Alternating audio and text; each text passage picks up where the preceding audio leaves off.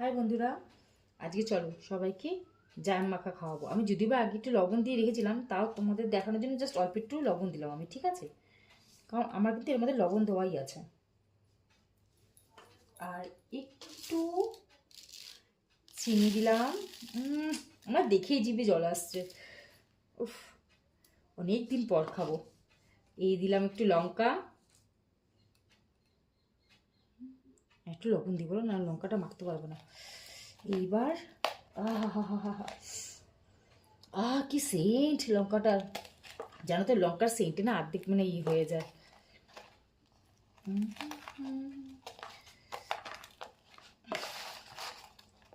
এইবার হবে ফাটানো।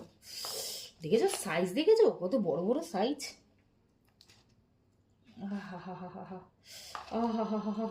জিভ দিয়ে জাস্ট জল বেরিয়ে যাচ্ছে। একটু ঝাঁকা নাকা করতে হবে।